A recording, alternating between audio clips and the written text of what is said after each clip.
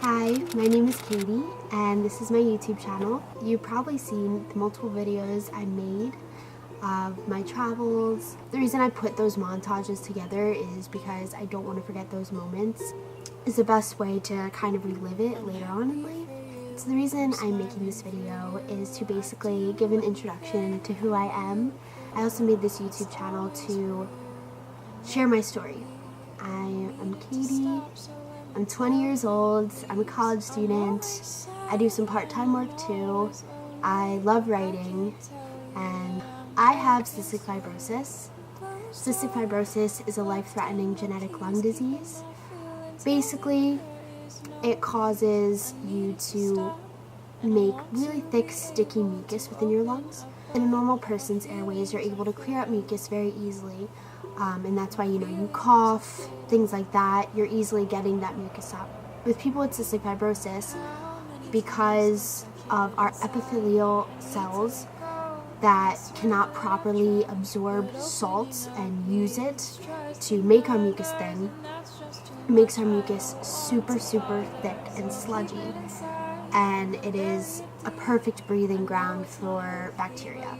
That makes it hard to breathe. That eventually leads to lung failure and needing a lung transplant. It not only affects your lungs, it also affects other organs such as the pancreas, the gallbladder, liver, kidneys. It affects a lot of other things, but mainly with people with cystic fibrosis, it affects the lungs and the pancreas. They kind of go hand in hand. Of course, every cystic fibrosis person is different.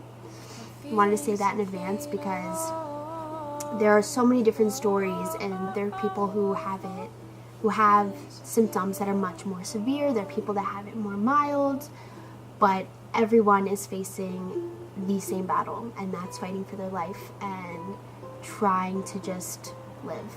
I was diagnosed at 9 years old, and I'm actually finding that it's quite common for a lot of people to be diagnosed late.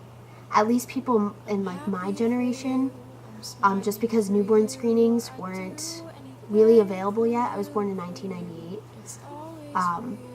So there are a lot of people that are later being diagnosed with cystic fibrosis. And those people obviously are people who have more milder cases of cystic fibrosis.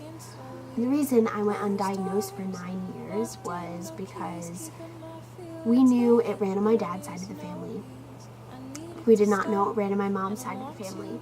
And for those of you who don't really know much about cystic fibrosis, which I'll leave a link below to the Cystic Fibrosis Foundation website that gives all the facts about cystic fibrosis, and literally every detail will be below, and you can ask me questions. I'd be more than willing to answer them. Just leave a comment. I will quickly get back to you. But for those of you who don't really know what cystic fibrosis, like how you're able to get it, it is a genetic disorder. In order for you to get it, your mom has to be a carrier and your dad has to be a carrier.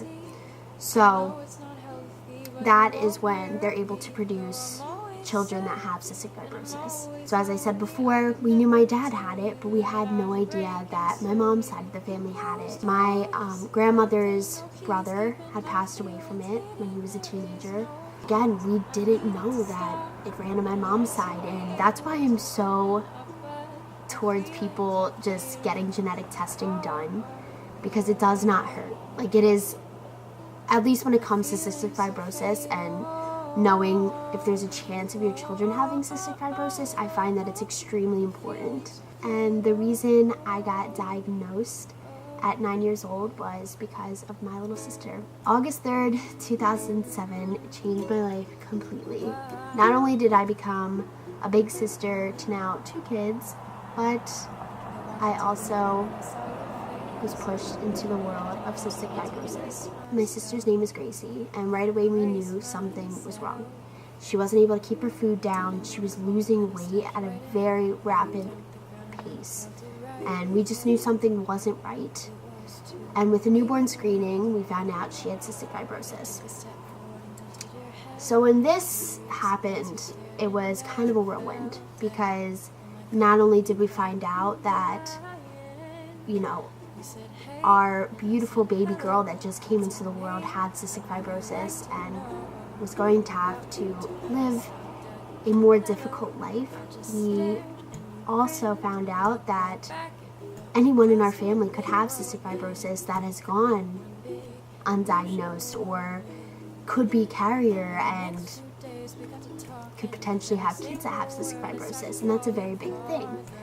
So right when we found out Gracie had it, everyone had to have a sweat test done. I was 9 years old when I got it done, and I'll put below how the test goes down, but basically it tests the amount of salt you make when you're sweating. So it's like these hot cuffs that are kind of put on you. People with cystic fibrosis can relate, but when I sweat salt crystals. Like when I truly sweat, you will literally see salt crystals on me.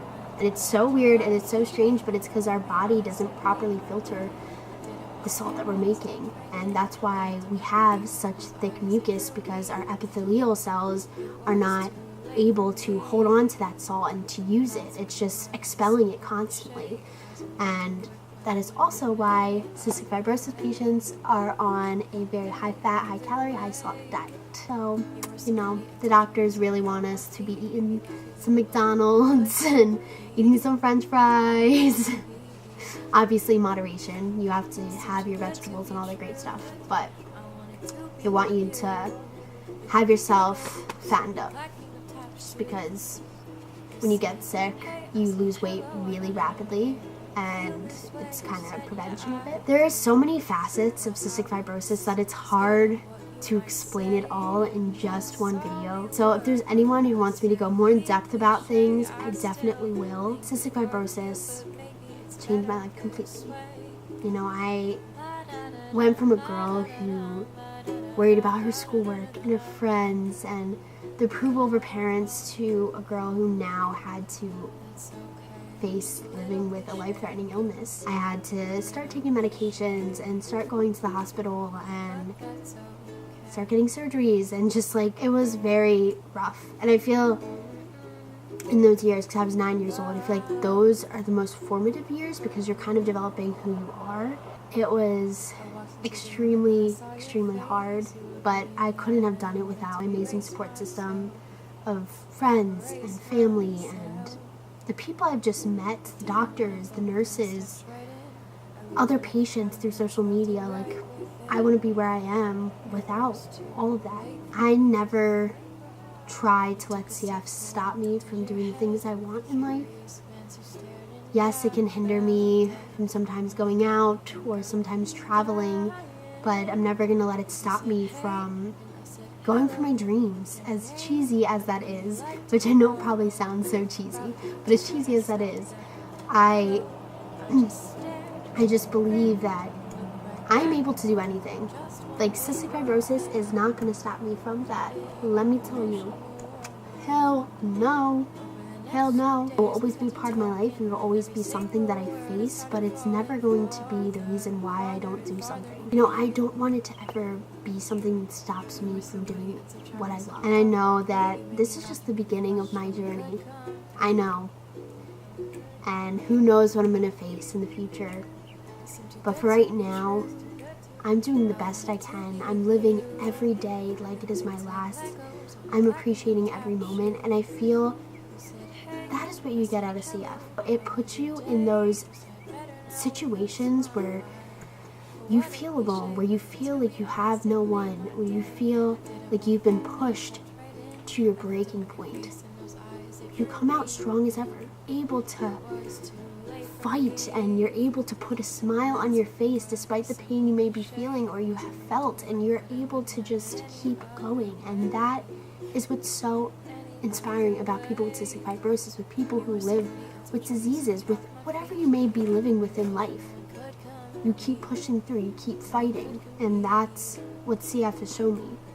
It's shown me to appreciate the beautiful people that I meet through any platform, through life, through school, through whatever it may be. Appreciate that, because every person you meet changes you in some way, and every moment you experience changes you in some way. And that's what's so amazing about life. And a lot of people take life for granted, and they take their lungs for granted, and it makes me want to punch them in the face, because for me to just breathe normal, I have to go through hours of therapies and hospitalizations and endless amount of medications. And I wish that I didn't have to. I wish that I didn't have to, but I do. To just breathe half as normal as you, to just be able to live. But at the same time, I kind of look at the big picture and try to realize that other people are going through things.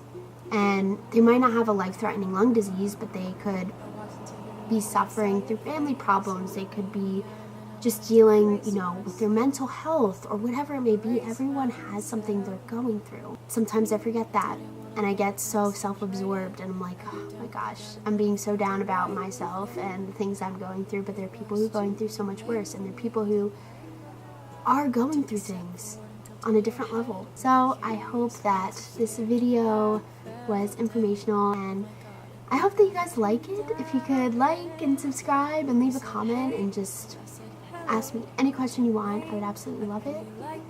And please always remember that you are beautiful, you are amazing, and you deserve everything you want in this world. And look right back, it felt like just one big whirlwind.